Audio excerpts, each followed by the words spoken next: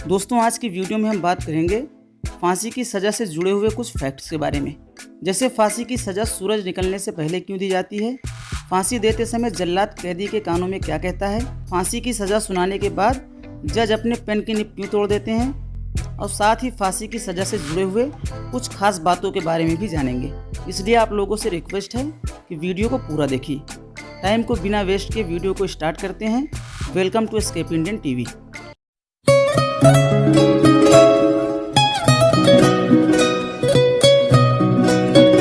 दोस्तों, फांसी का समय सुबह जल्दी ही तय किया जाता है और ऐसा माना जाता है कि अपराधी को दिन भर का इंतजार नहीं कराना चाहिए, नहीं तो उसके दिमाग पर बहुत गहरा असर पड़ता है। इसलिए अपराधी को सुबह उठाकर उसके डेली के काम करवा के उसे फांसी के लिए ले जाते हैं। इसकी एक वजह यह भी है कि सुबह होते ही लोग अपने अपने काम में लग जाते हैं। अब क्योंकि जेल में भी सब लोग सुबह उठकर अपने अपने कामों में लग जाते हैं, इसी वजह से फांसी की सज़ा सूरज निकलने से पहले दी जाती है, ताकि इससे दूसरों के ऊपर बुरा असर न पड़े।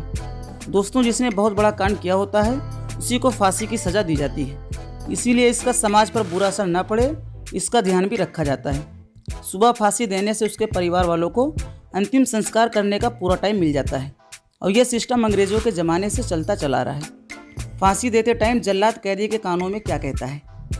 दोस्तों, भारत में फांसी देते टाइम अपराधी को शायद ही किसी आम आदमी ने देखा हो, लेकिन सभी लोगों ने फिल्मों में तो ज़रूर देखा होगा कि जल्लाद कुछ तो कैदी के कानों में कहता है। जल्लाद अपराधी को काले कपड़े पहनाकर फंदा लगाता है।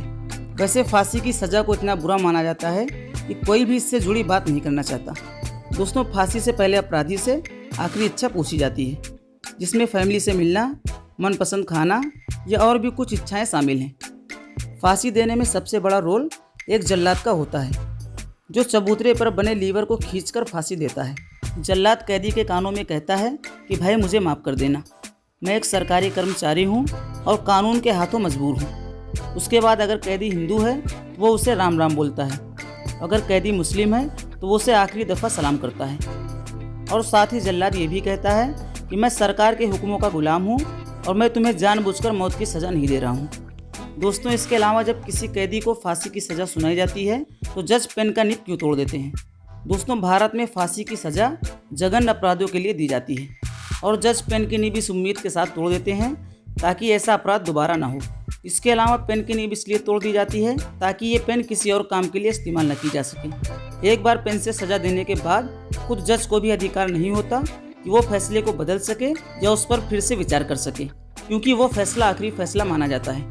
अब ये सवाल है कि क्या फांसी की सज़ा माफ़ हो सकती है। दोस्तों, अगर किसी कैदी को हाई कोर्ट ने फांसी की सज़ा सुनाई है तो उसके पास सुप्रीम कोर्ट जाने का ऑप्शन रहता है, लेकिन अगर सुप्रीम कोर्ट भी फांसी की सज़ा को बरकरार रखता है तो उसके पास सिर्फ एक ही ऑप्शन बचता है, और वो ऑप्शन है मर्सी पिटीशन, यानी दया याचिका। और ये दया याचिका राष्ट्रपति या राज्यपाल के पास भेजी जा सकती है। इनके पास इस सज़ा को माफ़ करने का अधिकार होता है। वैसे आपको बता दें कि राष्ट्रपति भी अकेले डिसीजन नहीं लेते हैं, वो गृह मंत्रालय की सलाह के बाद ही किसी नतीजे पर पहुंचते हैं, और इसमें राष्ट्रपति के पास कोई टाइम लिमिट नहीं होती, वो अपना मनचाहा समय ले सकते हैं। और जब तक राष्ट्रपति कोई फैसला नहीं लेते तब तक अपराधी को सज़ा नहीं हो सकती। और कई बार ऐसा होता है कि मर्सी पिटीशन कई सालों तक राष्ट्रपति के पास लटकी रहती है। अगर राष्ट्रपति भी माफ़ी देने से मना कर देते हैं तो फांसी की सज़ा तय है। आइए बताते हैं कि फांसी की सज़ा कैसे दी जाती है। दोस्तों, जब फांसी की सज़ा तय हो जाती है तो इंतज़ार रहता है डेथ वारंट का। मर्सी पिटीशन रिजेक्ट होने के बाद डेथ वारंट कभी भी आ सकता है। इसमें हफ्ता, महीना और साल भी लग सकता है। डेथ वारंट पर फांसी की तारीख और वक्त लिखा होता है। उसके बाद मौत की सज़ा पाने वाले कैदी के साथ आगे की कार्रवाई जेल मैनुअल के हिसाब से होती है, और हर राज्य का अपना अपना जेल मैनुअल होता है। इन जेल मैनुअल में सारी डिटेल्स लिखी होती हैं। जैसे किसी कैदी का डेथ वारंट जारी होने के बाद जेल सुपरिटेंडेंट को, प्रशासन को इसकी जानकारी देनी होती है। अगर कैदी किसी ऐसी जेल में बंद है जहां पर फांसी की सज़ा का अरेंजमेंट नहीं है तो डेथ वारंट जारी होने के बाद कैदी को दूसरी जेल में शिफ्ट किया जाता है। नई जेल में आते ही कैदी की पूरी चेकिंग की जाती है, उसे बाकी कैदियों से अलग सेल में रखा जाता है।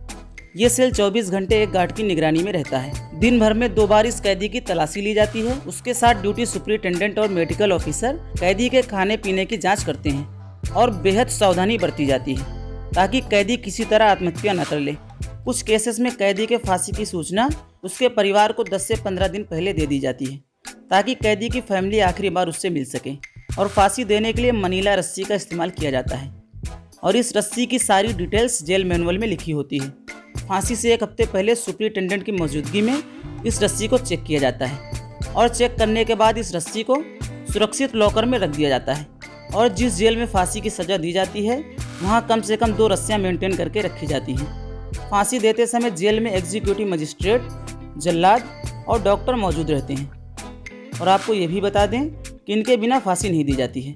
और एक सवाल जो अक्सर लोगों के मन में रहता है कि अगर फांसी की सज़ा के बाद भी कैदी की मौत नहीं होती तो क्या होगा।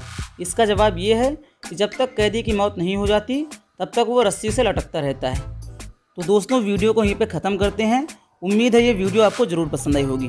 वीडियो पसंद आई हो तो वीडियो को लाइक करें और अपने घर, परिवार, रिश्तेदारों और दोस्तों के साथ शेयर करें। चैनल को सब्सक्राइब ना किया हो तो चैनल को अभी सब्सक्राइब करें। फिर जल्द ही मुलाकात होगी एक नई वीडियो में एक नए टॉपिक के साथ। तब तक के लिए ख्याल रखिए, स्वस्थ रहिए और मुस्कुराते रहिए। जय हिंद।